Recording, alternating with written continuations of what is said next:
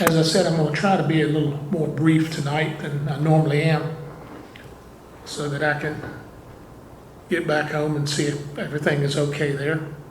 I'll be picking up in chapter 45, verse 9. Joseph has revealed himself to his brothers, and he wants, of course, to see them, the family, down with him again. He wants to be together. So beginning in verse 9, haste ye and go up to my father and say unto him, thus saith thy son Joseph, God hath made me Lord of all Egypt. Come down unto me and tarry not. I want to tell you now, I don't know what shape Jacob is in right now. You know, he's so worried about if he would lose Benjamin that it might take him down to his grave. Can you imagine his reaction when the brothers tell him, well, Dad, we have a message from Joseph. He better be strong of heart, because to him, he's getting a message from the grave, isn't he? His son's dead, and now he finds out he's alive. Not only that, but God hath made me Lord of all Egypt. Come down unto me and tarry not. Come quickly. And he goes on and said, thou shalt dwell in the land of Goshen, and thou shalt be near unto me, thou and thy children, and thy children's children, and thy flocks, and thy herds, and all that thou hast. And there will I nourish thee. For yet there are 5 years of famine, lest thou and thy household, and all that thou hast, come to poverty. And behold, your eyes see, and the eyes of my brother Benjamin, that it is my mouth that speaketh unto you. And ye shall tell my father all of my glory in Egypt, and all that ye have seen, and ye shall haste and bring down my father hither. You see that Joseph's concerned. He wants to see his dad. It's been a long time, and he wants to be with him, and they want to be together. What a reunion. And so you hurry back. You go back, get Dad, come down here as quickly as you can, and bring everything. Bring the flocks and the herds, the children, the grandchildren, everybody. Come right on down. What an invitation. I'm a ruler in Egypt. Come down, and what I'm going to do is I'm going to move you to Egypt, and I'm going to let you live up in Goshen, in that fertile area of the Nile Delta, safely away from the Egyptians. The Egyptians really will not want anything to do with them because they're what? They're shepherds and herdsmen. They don't want that. This is God's plan, and it's perfect because they'll be protected up there. They're away from the influence of the false teaching there, that polytheism of the Egyptians, which is going to get worse. They're safe. Now that doesn't mean they're not going to end up in slavery. They are, but they are separated. But you come down quickly.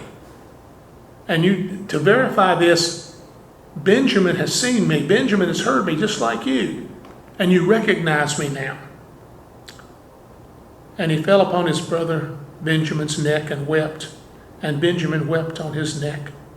Moreover, he kissed all his brethren and wept upon them. And after that, his brethren talked with him.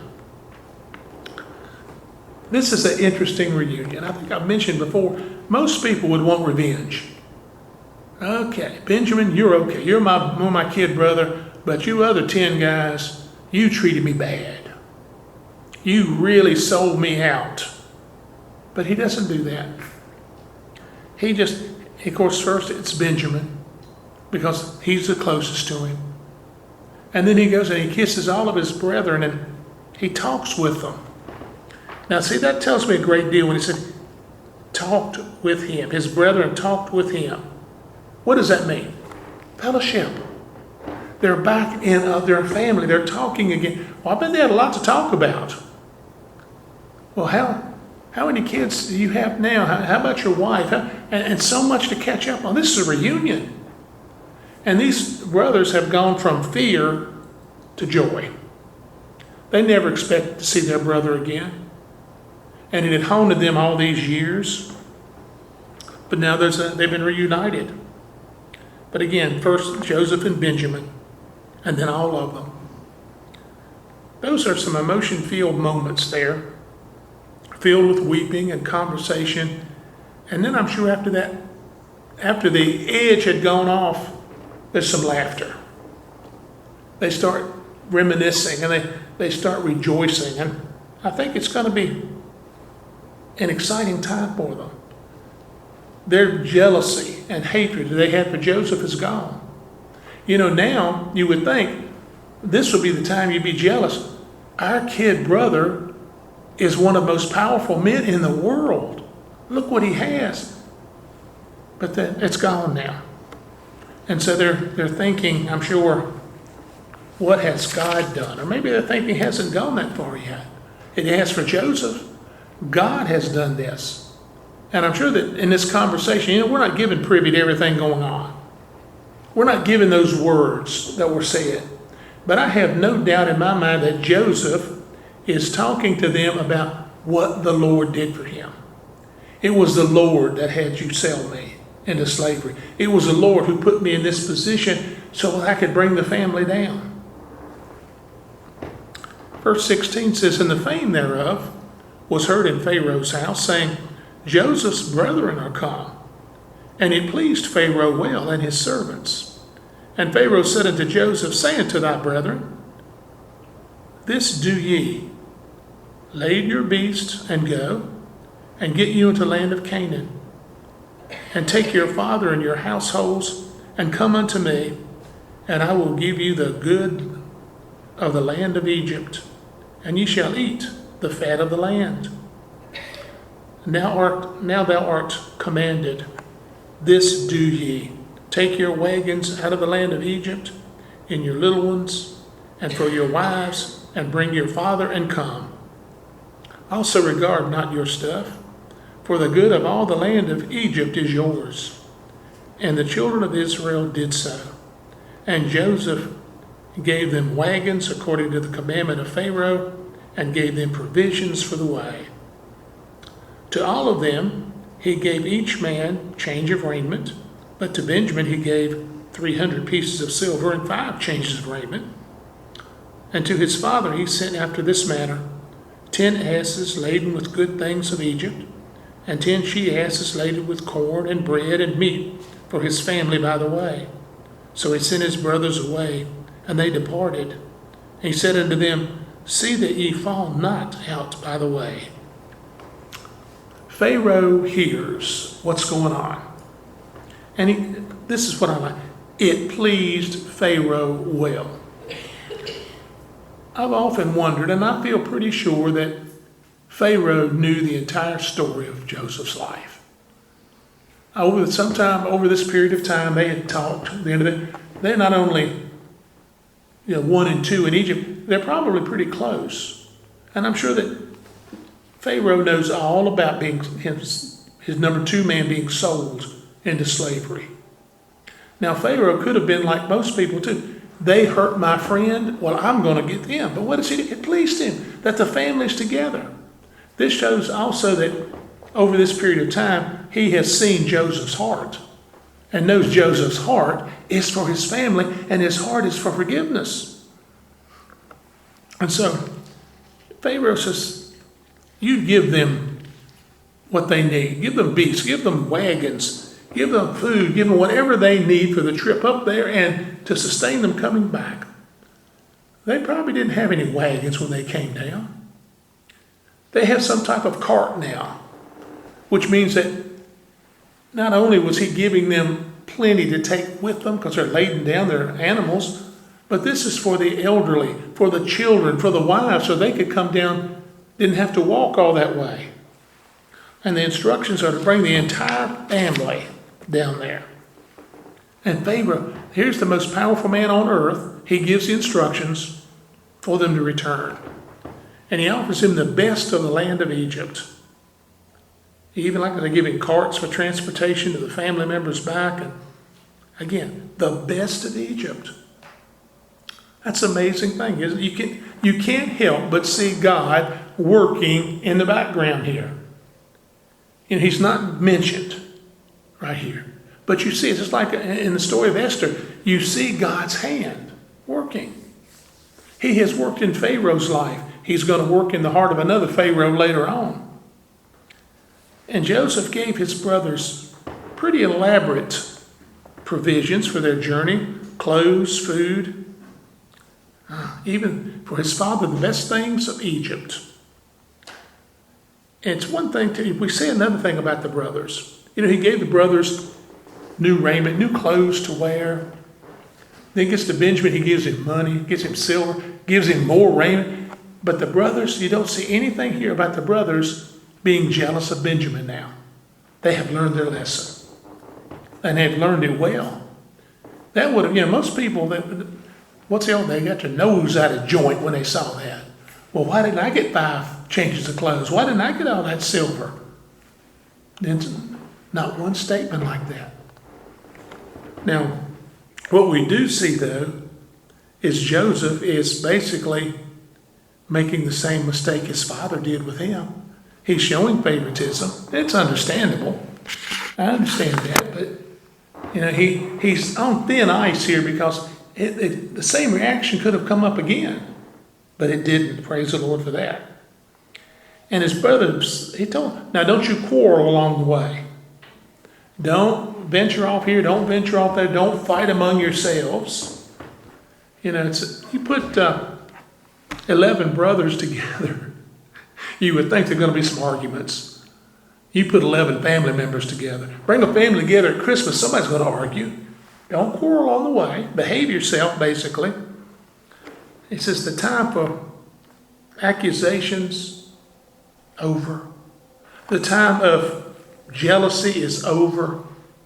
Don't worry about payback. It's all past now. This is supposed to be a time of joyful reunion. Not only now, but when you bring all your families back, this is going to be incredible. So he knew that the brothers could fall out on the way home. It's human nature. That sin nature couldn't just, and the next thing you know, you're in trouble. And they went up out of Egypt and came into the land of Canaan unto Jacob their father. Isn't it amazing how simply the Bible puts things? We don't know anything about that journey back. We don't know how they fared one with another. They went out of Egypt, they came into Canaan, went to their father Jacob. He did this. It makes you think, well, that was a quick trip. Well, it wasn't a quick trip. It took them a while. And he told him, saying, Joseph is yet alive, and he is governor over all the land of Egypt. And Jacob's heart fainted, for he believed them not. And they told him all the words of Joseph, which he had said unto them. And when he saw the wagons which Joseph had sent to carry him, the spirit of Jacob, their father, revived. And Israel said, it is enough. Joseph, my son, is yet alive. I will go and see him before I die. What a difference. Verse 25, Jacob their father. Verse 26, Jacob's heart fainted. Verse 27, the spirit of Jacob was revived. Verse 28, and Israel said. Once he got a grasp on what God had done, you see his faith, he's Israel now. His faith is up.